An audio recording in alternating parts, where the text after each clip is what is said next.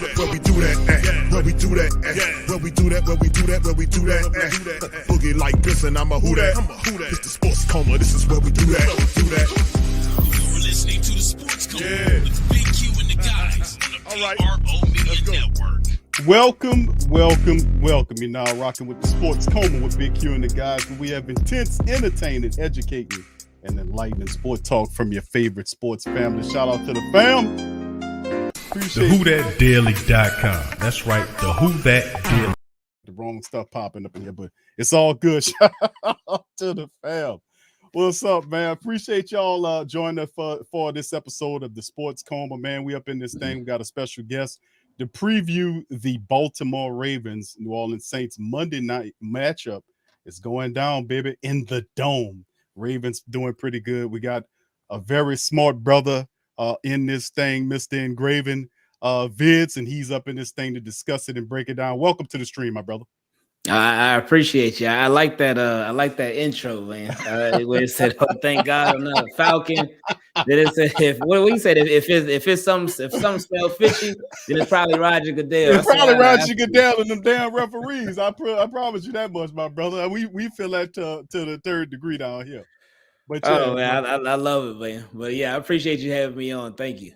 Yeah, bro. Let's get into some of it, man. Talking about what's happening with them there Baltimore Ravens, man. We looking at this matchup here, and the statistics on it, bro. Going at it, that offense, man. Why it's 26 a game, giving up almost 23 points. Our stuff is 25 almost. We rounded off 25 and 25. Total yards offensively 370 by the Ravens, full 6.4 by the Saints. Passing attack through there 204.4 versus 265.1 by the Saints. The Ravens rushing 165.6 a contest versus 141.3. We looking at it, and I'm thinking about it when I'm looking at the Baltimore Ravens, and I'm saying, what drives this team? Quite obviously, you look at the eye test. We know it's none other than Lamar Jackson. I mean, he's the straw that stirs that drink. He's the top rushing back there, and I know you guys are having some running back issues with him. And I'm saying, if there's going to be any type of success, slowing down him is the thing. And I'm thinking in my head, you can't stop him, but slowing him down and not allowing him to leak out and create plays with his feet outside the pocket, which is going to be really difficult to do. But the Saints are going to have to be up for the challenge to slow down Lamar Jackson. Talk to me from your perspective about Lamar Jackson's season and how he's doing in the 2020 season by your account, bro. All right. Lamar Jackson, his season started off just hot. He was going crazy, getting at least like 3 to 4 touchdowns a game. In those first 3 games, he was going wild. Then all of a sudden, stuff kind of slowed up a bit. Ravens, their offense just as a whole, it has been, we'll say, pretty inconsistent. They had some high highs and then they had some low lows, and sometimes you almost just don't know what to expect. Early on in the season, they were scoring like crazy in the first half of games. They were putting up a lot of points, but the issue had started becoming the second half. What kind of offense were we going to get in the second half from the Baltimore Ravens? And their offense just, they weren't scoring points. They were not scoring points, weren't getting touchdowns. Field goals were at a minimum. They just were not scoring. And that led to them setting new NFL records to where they were one of the first teams, well, I think the first team in NFL history, I think through the first 6 games, to have had double-digit leads in every single game, but to have lost 3 of them. And it was crazy. It was crazy just watching some of those meltdowns happen when they did. And of course, a lot of it was on the defense, but it was also on the offense, just not scoring 3 more points. If the offense and each one of those games would have just scored 3 more points, Ravens win.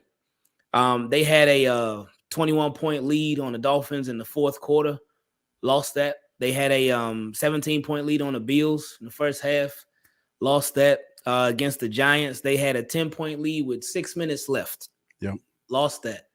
And it can be credited to several different reasons. But Lamar Jackson, this season, I think he just really got to get his groove. A lot of him just getting his groove back, I think, would be A lot has to do with play calling.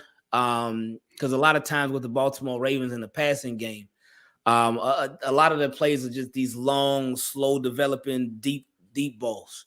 And we've seen it so many times where the Ravens, when they run a more up-tempo type of offense, a more quick passing game type of offense, they can get a lot more stuff done. And the offense looks a lot better when they do that. So hopefully in this game, they'll start off and finish like that, and throwing some deep passes in there as well. But another thing that with Lamar Jackson, he's had some inconsistencies himself too. Right. There've been some times where he just flat out has missed some guys, missed some throws down the field. And then there's some times where he's made the throws and his players can't come up with a catch. There's been a mix. The offensive line has been sort of up and down this year. There was a point where early on this season, the pass blocking, they had looked good, but the run blocking was really bad. Then all of a sudden, J.K. Dobbins, he came back for a little bit. Now he's on injury reserve for now. But then Gus Edwards, our best running back on the team, he came back. But I don't think he'll play in this game. He's doubtful with a hamstring injury. I think they'll just rest him to play it safe because we have the bye week after this game. But our running game has been looking better, and the pass protection with the offensive line has been all right. Hasn't been bad, hasn't been great, but it's been all right. So as far as Lamar Jackson, man, to make a long story long, with Lamar Jackson, this game is just, it's a big game. This is a really big game because just of the trajectory of where the Ravens are right now. We have a 2-game winning streak. I know that sounds like nothing, but for us it's great because Ravens literally every game this season, minus the last 2, has been win, then lost, then win, then lost, then win, then lost. So to win 2 games in a row, that's big for us. So we're gonna take it all day. And hopefully we can get 3 in a row. We'll see how it goes tomorrow night. But this is such a big game because this game could set the Ravens up and just to put them in a real good spot. Heading into the bye week, especially since a lot of their players are not healthy right now. They're going to be missing some key guys in this game. Right. But this will be a big test for Lamar because you're going up against a decent defense. I know the numbers don't always tell the story, but you got some playmakers on that side of the ball. Now, is Marshawn Lattimore playing? No, he's out. Oh, that's big. That's real big. Because I thought I heard that he was out, but I wasn't 100% sure. So he's out. He's out. What about Demario Davis? Demario is going to play. Okay. Davenport is good. Okay. So yeah. Oh wow. Okay. Lattimore being out is big. I guess that kind of almost not necessarily levels the playing field, but with us, our number 1 receiver Bateman, he's out. He's out for the year though. Right. Y'all number 1 corner is out too. So okay. All right. But this with Bateman being out and Mark Andrews being out, this is gonna force Lamar to really look at everybody. Because one thing with Lamar Jackson, with Mark Andrews out there on the field, Lamar can get locked on Mark Andrews a lot of times. And he's a great tight end. Don't get me wrong. But sometimes that can make Lamar sort of have tunnel vision. So this is going to be a big game to see what other weapons end up stepping up.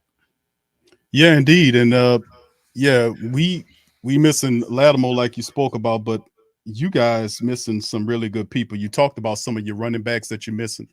In Bateman and Mark Andrews, that's big because that's like you said, that's Lamar's favorite weapon. So they're going to have to develop somebody else. Who would be those guys in your opinion that they go to? Now we know you guys did add Deshaun Jackson to your wide receiver core, and you got a few other guys there that a lot of people are big on. So who, in your opinion, steps it up offensively for Baltimore? Yeah, that's a good question. They have to get Devin Duvernay involved. He's number 13. He's a wide receiver for the Ravens, and they got to find different ways to get him involved. You can't just use him just strictly as a wide receiver. You have to use him as a receiver, as a running back, line him up in the slot, line him up outside, line him up in the backfield, have him in motion. You got to involve him a lot because when Devin Duvernay gets the ball in his hands, good things happen. when he's consistently involved, good things happen. That's one of my big concerns going into this game is just the usage of Devin Duvernay in two different ways. One, because we've seen it before, us Ravens fans, where Devin Duvernay will he have a great game, make a big impact. They'll use him in so many different ways, and then the following week they won't hardly use him at all. So last week against the Bucs, they use him in all kind of ways. They use him as a running back. They use him. They threw screens to him. They did the jet sweeps with him. They obviously use him as a receiver too. So we're hoping that this time isn't like the last time where he went off one game and then the next game he was just silent. So Devin Duvernay will be big. And also at tight end, Isaiah Likely, who had his biggest game of the season last year. Not last year, last week against the Bucs, because Mark Andrews, he wasn't 100%, and he ended up coming out of the game early on, and it was Isaiah Likely's time to step up. And Isaiah Likely, in the preseason, he was like a preseason star. He was going crazy in the preseason this year. But then in the regular season, it was kind of quiet. There was some drops. There was some miscommunications between him and Lamar. He wasn't getting it all up until last week. Last week, he really showed us that preseason Isaiah Likely. So now with him getting the start, him having prepared this whole week as a starter since Mark Andrews didn't practice all week, and Mark Andrews officially being declared out of this game today, this could be a big game for Isaiah Likely. Right. Yeah. I'm kind of looking at him, man. Like I said, we was talking before the show. I was like, yeah, I scouted Likely, man. He's fantastic, man. And what you got there, it's gonna take a little time, but he's definitely he got a lot of potential, man, to be honest with you. So that's a good pickup by Baltimore. The offensive line, you do have Staley back there, and he's a big part of the success that that goes into protecting Lamar. Let's talk about that. I know you talked about Likely and Devin Duvernay, who also scouted. That dude is terrific, man. You talking about speed, pure speed, man. You right to want to add him into as many different areas of the offense as you can. Right. Wide receiver, running back, just to get him in space against guys, man. That guy's speed is just amazing. Devin Duvernay is one of my favorite college guys we scouted. Give me your quick thoughts on your offensive line with Staley being the footprint there. I know he's the blind side blocker for Lamar. How good is that Ravens offensive line? Do you think I know they're keeping them, they do a pretty decent job. I'm looking at the statistics on it, the sacks percentage and whatnot, but talk to me about that offensive line for the Ravens. How good are they? They've been getting better. I say they've been getting better every week, especially with Ronnie Stanley being back. Us Ravens fans, we miss Ronnie Stanley big time. I wasn't sure how this season was going to be for Ronnie Stanley. Going into this season, I felt like anything that we were to get out of Ronnie Stanley this year would and should be considered a bonus because last year he played in one game. He wasn't even healthy that game, and then he missed the rest of the year. He played in week 1 last year and missed the remainder of the season. Then he had a couple of surgeries last year as well, so I just wasn't sure if he would get back this year, and even if he got back, how well he would be in his return. But Ronnie Stanley has been really good. His first couple of games, they had him on a pitch count, but now he's pretty much just out there 24/7 full time. And he has I talked about how the offensive line early on this season, they have been really inconsistent, and there's still been some inconsistencies here and there, even after Ronnie's been back, but he has made them a lot better overall. And I think that he's been a big part and one of the big reasons why the running game has picked up a lot. A whole lot over the past couple of games. So having Ronnie Stanley back and having Ronnie Stanley healthy, that's key to the Ravens offense. Yeah, indeed, bro. I'm keeping all that operating from that left tackle position, man. And I was watching film on him. He's serious stuff, man. So yeah, but I was looking at the rest of the guys that you have, like Zettler. I know he came over from Cincinnati. He was over there, and then Morgan Moses, another dude that's playing pretty decently. Ben Powers and Lindenbaum. So, I mean, that they have to be able to protect them. In the thing about the Saints defense that we know that over the last several years, one of the Achilles heels of the Saints defense was the fact that they had the inability to protect or guard against a mobile threat. Now, Lamar Jackson is the antithesis of that. He's the guy that when we think about mobile quarterbacks, he comes to mind, and he's really good outside the pocket, and we just simply can't have that. So we didn't perform as well against Kyler Murray, who's another little speed demon, and some of the more mobile threats early, even against a guy like Marcus Mariota, who's not even half of what Lamar Jackson is. But that is the focal point of the Saints defense, which is the strength of the team. They set they set the, I guess, the mindset, or they put the footprint on the game of how things are supposed to trend. That's why we kind of took off against the Raiders. If they can do that, we have some success. They have to set that going. Let's kind of talk about, let's move over to the defense. And we all added Roquan Smith. Right. Roquan Smith to the mixture along with Pat Queen. What do you think he brings? I know he's the NFL. Well, he was the NFL top tackler.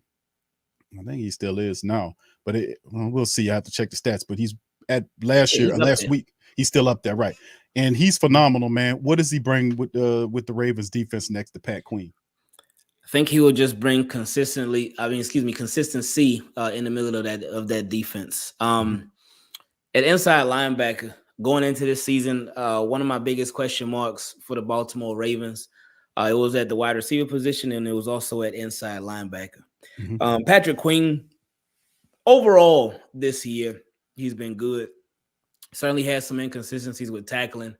We're just missing some plays, but the game seems like it is slowing down a bit for him. The thing with Patrick Queen, though, they've had him as the guy at inside linebacker, so the Mike linebacker, but that wasn't what he did at LSU. So there have been some times where it just seems like maybe he's a little bit overwhelmed, a little bit uncomfortable at that position, and the Ravens have seemed like they've been uncomfortable with him at that position. That's why this offseason they went hard to try to go sign Bobby Wagner. Obviously didn't work out. Then they went and they brought back Josh Bynes again. But Patrick Queen overall, he's been having a better than solid season. But this trade for Roquan Smith, it gives us somebody who's a consistent tackler. And this will allow Patrick Queen to move to the will linebacker, so he can have a little more freedom now. And one thing that one area where Patrick Queen really excels at is blitzing. Now that he'll sort of be pushed to the side a bit, he'll be able to be that blitzer a lot more frequently. He'll be able to be out in space a lot more. And I'm looking forward to seeing them both on the field at the same time and just seeing how they complement each other. Now with Roquan Smith, it may take a quarter and a half or whatnot, but I'm hoping like by the second quarter or third quarter, he settles in. It's like, oh, okay, I got this defense thing down with the Ravens. And hopefully he can pick up right where he left off with Chicago and just making plays, straight up making plays. And having somebody like that in the middle of the defense, the nucleus of the defense, it helps everybody else around him. And it makes just everybody else's job that much easier, but specifically Patrick Queen. I remember last year when Patrick Queen was struggling the most, one thing that he talked about was him just trying to do his job, but him thinking about having to do other people's jobs as well, and him not focusing so much on what he had to do, but focusing on what other people had to do as well. You bring in a Roquan Smith, that allows Patrick Queen to settle down, to hone in on his craft and his responsibilities, and just, again, play more comfortably and play more free. Yeah, indeed, man. I know what you mean, my brother. We got two really good ones. Demario Davis obviously gives us that. I love Demario Davis, man. And Pete Werner out of Ohio State, man. His understudy has done a phenomenal job and has outperformed Demario Davis statistically. And it's the Saints' top tackle. And I think he is inside of, if I'm not mistaken, Pete Werner is in the top 5 in tackles. Maybe top 3. I'm going to have to check my stats last time I checked. He's up there too. So, yeah, this guy gets after you, man. So, yeah, they set the tone from the linebacker perspective. I'm looking, and for us, Cam Jordan is our guy. He's the top sacker. You got Davenport, who's starting to get busy and fire off. Then we had Peyton Turner, who was our former first-round draft pick. That's a part of our NASCAR package. We've seen success because those guys, they weren't all there. And I think that was a part of it. Peyton Turner missed a handful of games. Marcus Davenport was there, but he wasn't getting the sacks. But you're starting to see those guys revving up. And then the NASCAR package for the Saints against the Raiders really got off, and they kind of really made it difficult on Carr, shut them down, made them look really awful. they're going to want to duplicate that with Lamar Jackson. It's a lot more difficult. So Yeah. from your perspective, we're looking at the defense, and I'm saying I see guys there. Calais Campbell he's pretty good at Arizona. Is Calais still up to that, having up that level of play with you guys, or is it kind of teeter off? Who's your top rusher on the defensive end? I know y'all operate that 3-4, and y'all use the modified nickel, same as us. It will be Justin Houston. Calais Campbell, he's solid. He's good. He's not what he used to be. And a lot of times he's an older veteran, so he comes off the field a lot. He gets tired, which is understandable. But yeah, Justin Houston, that will be our top rusher. Adafe Away, he's in his second year. In this game, we are getting Tyus Bowser back, who was probably our best pass rusher overall last year. So that should be interesting. David Ajabo, I'm not sure if he'll play in this game or not. We really won't know till tomorrow, but Tyus Bowser, he'll definitely be playing. Just that with Calais Campbell, he's somebody that, man, he's just so tall, man. He like 6'8", 6'9", I think, and he has these long arms, these crazy long arms. So when he grabs that running back trying to make a play and just wraps him up, it's one of the best things to see him making plays at his age. And then with Justin Houston, it was tricky. It was it's like not a gift and a curse, but it's one of those things where it's like he is our best pass rusher. He's been our best pass rusher this season, but I just wish that he wouldn't have had to be our best pass rusher this season, because our young guys just haven't been getting it done consistently. So again, hopefully this could be a game where a lot of the young guys step up at the pass rush position. But real quick, speaking of pass rush, I got to take you back to 2018, man. Okay. To April of 2018, the end of April in 2018. That's draft time. I remember watching the draft. I was in Chicago because my wife's family is from Chicago, so we was up there. And I remember watching, and the Saints is late on in the draft, in the first round, and the Saints, they traded like a boatload of picks. And man, I was so scared that y'all were gonna get Lamar. I was scared, man. I really was. But then they like, the Saints, they drafted. I think that's when they drafted Marcus Davenport, I believe. That's exactly what happened. And boy, I was so happy. I was so happy. And then later on, Ravens, they end up getting Hayden Hurst. Then a little bit later on, they end up getting Lamar. But when you was just talking about Marcus Davenport, that just reminded me of that story. I just had to share it, man. Hey, bro, let me tell you something. That pick to me, it's the Lamar pick, because when you seen the Saints do that, they moved up, and I was like, who else you gonna move up like that to get if it's not Lamar? Lamar had slid all the way to that point. I was like, we about to go and get him. We had Drew Brees at the time, but we needed an understudy to Drew Brees, which Lamar would have been perfect. He would have been absolutely perfect in the Saints and Sean Payton system. I think he would have been better than what he is now. Oh yes, yes. You had that quarterback friendly system and Sean Payton mentoring him. That would have been something that we'd have been tearing up the league right now. But then the call was made, and then it ended up to be some guys like some guy out of University of Texas at San Antonio, that Marcus Davenport, and we was like, what the hell? And then it was like almost like to a point I thought, man, Coach Payton is trolling us, because he'll tell all these stories.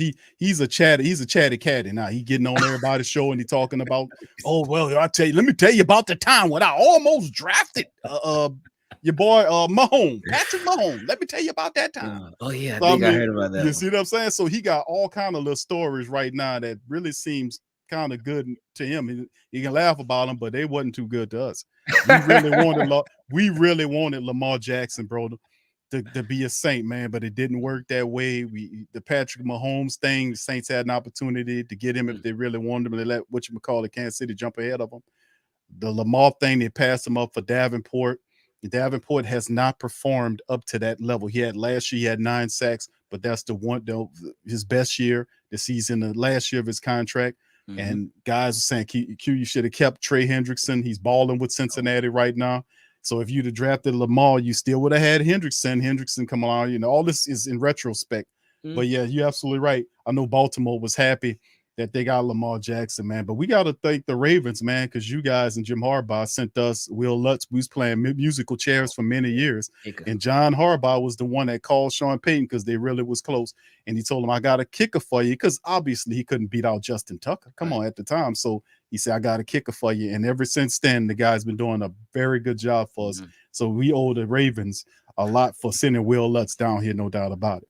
But speaking of somebody we sent to you, we sent Marcus Williams to you. Oh, man.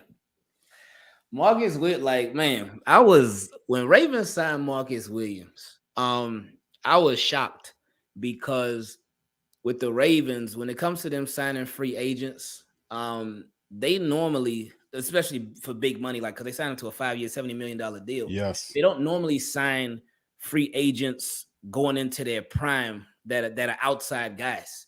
And I was just shocked at the deal. But I was happy with it. I'm like, okay, wow, they're getting a guy who's going into his prime.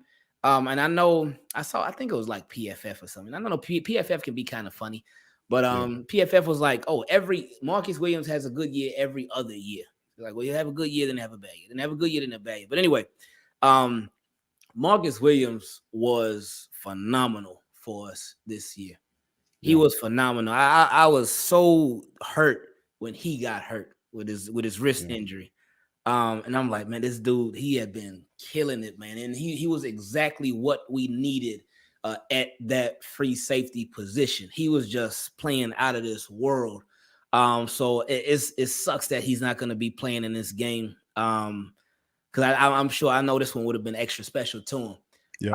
But when he gets back, that's going to be a beautiful thing, especially because the defense, they've been playing better. They've been clicking as the season has gone along.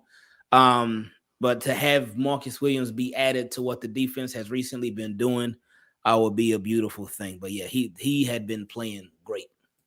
Yeah, and that's another question, bro. Like, we talk about the secondary, man, and guys that I know about Marlon Humphrey, and y'all gave him a big payday. Marcus Peters is also there. I think he's dealing with an injury as well. Kyle Hamilton was a guy that y'all picked with the first round pick. He kind of struggling a bit to pick up with you guys, but I scouted him too, and I think Kyle Hamilton, we'll see how he looks. But I thought you got a player right there. It might take a little time to get him right. I think I got Chuck Clark and those guys sitting up ahead of him. So thoughts on your secondary, my friend?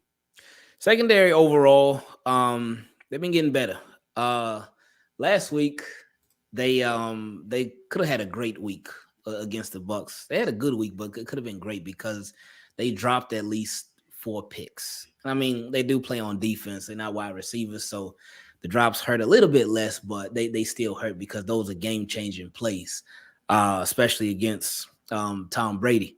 But the secondary overall, they have been pretty good. Early on, they had a lot of mistakes, a lot of mental mistakes, but they shuffled some guys around. There was a rookie, Jalen Armour-Davis, who they end up it was week 3. I don't think he's played since week 3. They've been having him as a healthy scratch because I know he struggled a lot. So and Kyle Hamilton, it's been weird because as a first round pick, you think all right, first round picks are usually plug and play guys, especially a defensive player with the Ravens, who's a defensive team.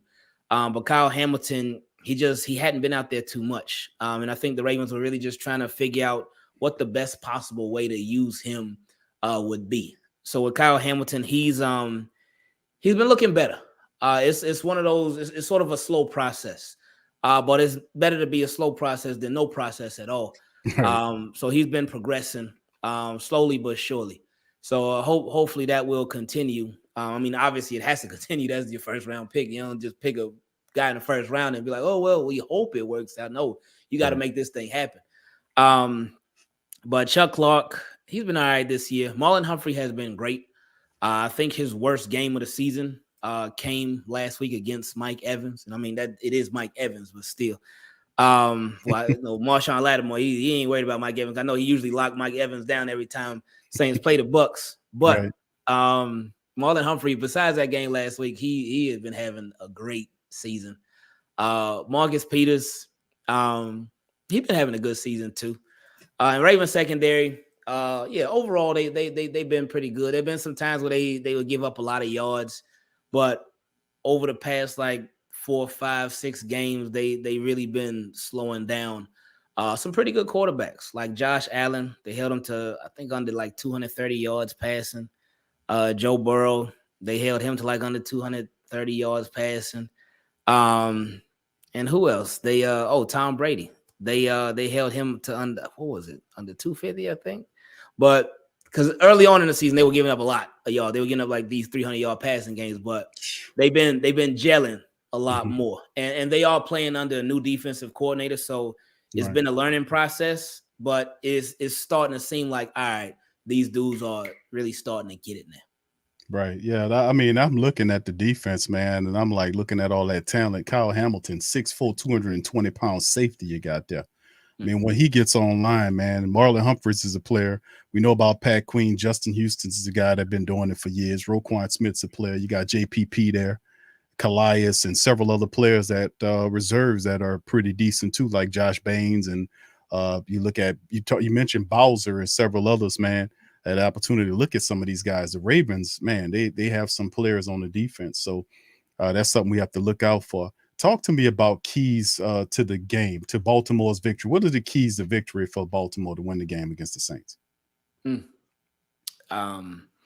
Put up points, and I mean that's very cliche, but I would say put up points because your defense should be able to put you in a good position to where they should be able to hold it down, especially just all the talent that they have on defense, and then adding Roquan Smith on top of everything that they had already. If you can put up points consistently and from early, then the defense should be able to hold it down for you. So that would be one. Tackling would be huge because Alvin Kamara, he's gonna get his carries, he's gonna get his catches. Saints like to keep him super involved. Yes. So tackling is of the essence because, and then with Chris Olave too, he's healthy, right? Yes. I know Michael Thomas, he's done for the year, but Chris Olave, he's good to go. Right. But is Jarvis? What's up with Jarvis Landry? Is he back yet? He's playing. Oh, okay. All right. Yeah. So tackling will be of the essence because you don't want somebody, especially somebody like Chris Olave, man, somebody slippery like that. You don't want to miss a tackle because he could take a 5-yard catch. You miss a tackle, you end up taking it for the house. Yep. Yeah, you don't want nothing like that to happen. Well, I know y'all want something like that to happen, but we don't want something like that to happen.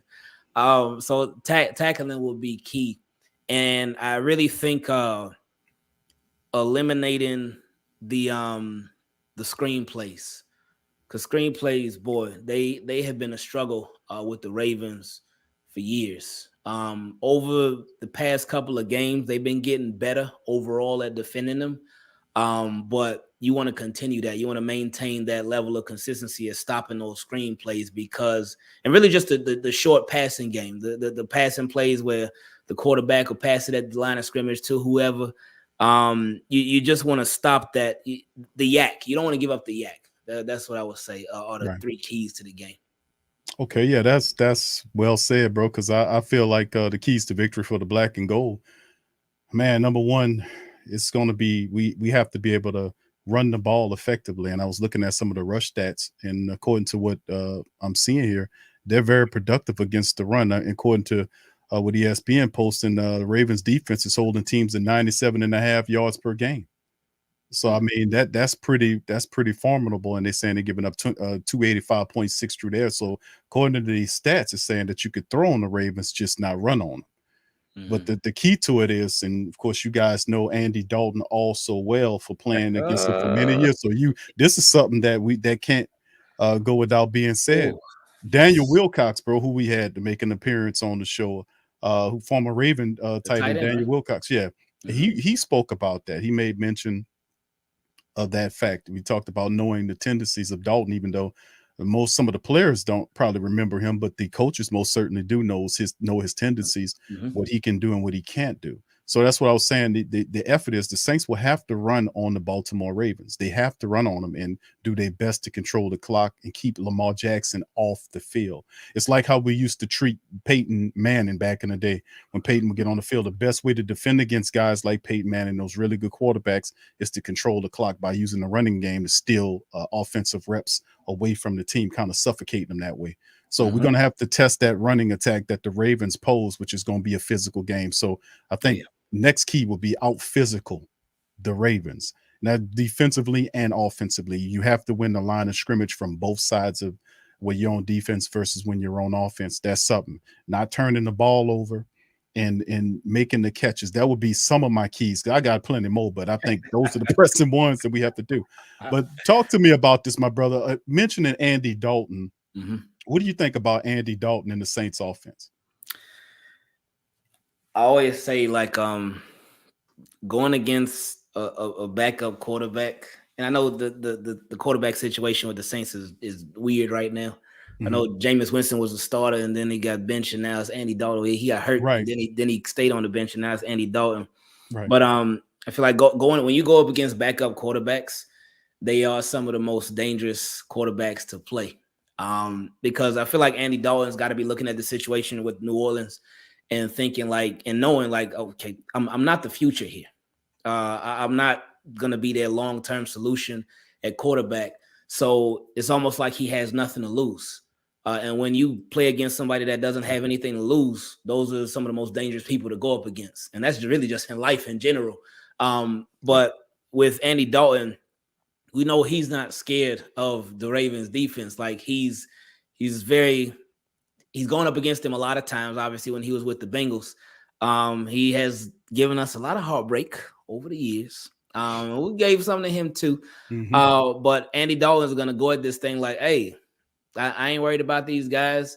But that's why it's so important that Ravens, that the pass rush, they get to him. In the secondary, just be ready for it all. I think Geno Stone, the safety who's playing in place of Marcus Williams, I think this will be a big test for him. Because I think Andy Dalton's going to try it, man. He's going to try it. He's going to know, oh, yeah, that's not Marcus Williams back there, so let me try it. So I think it's important that the Ravens secondary, I believe they will get tested a lot in this game for sure. And since you mentioned Jarvis Landry, he's going to be back, which is big. He's going to be playing, which is big. And Olave and again, like we mentioned earlier, Alvin Kamara too. Because Saints, they love to throw to Alvin Kamara. He's like a running back, he's a receiver. Taysom Hill, Mr. Do-It-All too. So Raven just got to be ready for it all, man. Because like I feel like Andy Dalton just gonna throw everything at him. Because it's like, what does he have to lose? Yeah, and true indeed, bro. I mean, it's been a really strange circumstance in the Who Dat Nation dealing with the quarterback situation. They gave 20-something odd million, guaranteed, well, not guaranteed, but the contract to Jameis to be the quarterback. And then Jameis is hurt. He gets hurt during the season after rehabbing from injuries off the season, and then next thing you know, 4 broken vertebrae in his back. He gets a tendon tear or something in the next game after the Atlanta game, and then he's not healthy. They have to pull him. And then several games down the line, is every game, they're asking him, Dennis Allen, who's the quarterback, Jameis. He says Jameis is 100% healthy, which it can't be unless, I don't know, you got some kind of weird elixir that you gave him that healed him magically, because people don't usually heal from 4 broken vertebrae in a month and some change. It usually takes, a lot longer than that. So he misspoke on that. And then ultimately last week he spoke about, and he said, hey, listen, it's going forward, this is Andy Dalton's, because we like, whatever crap that he says. So he kind of has a mixed feel here. We support him because he's the coach, but he's still learning the right way how to operate things. And it's kind of picking up. It's slow at it, but you can see it's kind of picking up. So they found the running attack. They love running the ball. And I think that's something that we share, the Ravens and the Saints share. They kind of mirror each other philosophy wise, and so far as running the football and playing defense and not turning the ball over. I think that's something that they both share. You do score predictions, my bro? Yeah, I don't mind doing one. What you think? What you got here? I am gonna go 26-20 Ravens. 26-20. I think early on in the week I said 27-24. I think it'll be a close game. Saints. I think it'll be a close affair. I think it'll be a physical game. I don't anticipate it being a blowout because both of these teams are going to be battling each other. And like you said, Baltimore really wants it, and the Saints are like trying to get back into the lead in the NFC South, trying to get that. Guys keep losing ahead of us. Tampa Bay won today. They won. They beat the Rams. I turned that game off. Yeah, they come back and they beat the Rams. A lot of the family members, I'm looking at the chat saying that some cheatery was going on. So that's what they're saying. So, I mean, but anyway, Atlanta, they lost. So they're 4-5. And if we can, when we get this, or, the Saints have to play well against Baltimore at home to get the victory. This is going to be a really good team, man. And let's see if we can do it. So once again, my brother, thank you for joining us and dropping some signs, bro. Talk to the people about where they can find your platform. Hey, thank you again for having me on. You could find me on YouTube, Twitter, Instagram, even Facebook too. Everything is IngravenVids. It's IngravenVids. Fans of all team are definitely welcome. I'm a Ravens fan, but a lot of time we just talk football in general on there, and we have a lot of fun in the process. So come through. If it's for you, cool. That's great. Stay.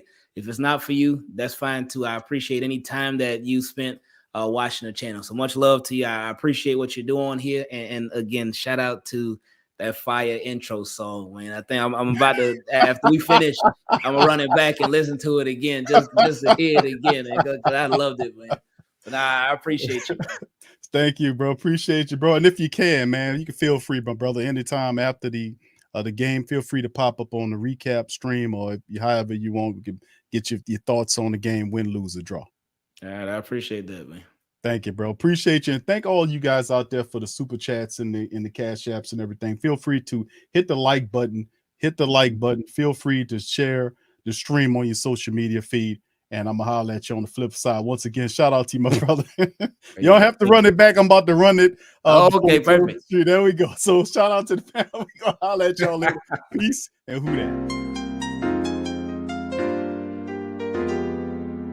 Yeah.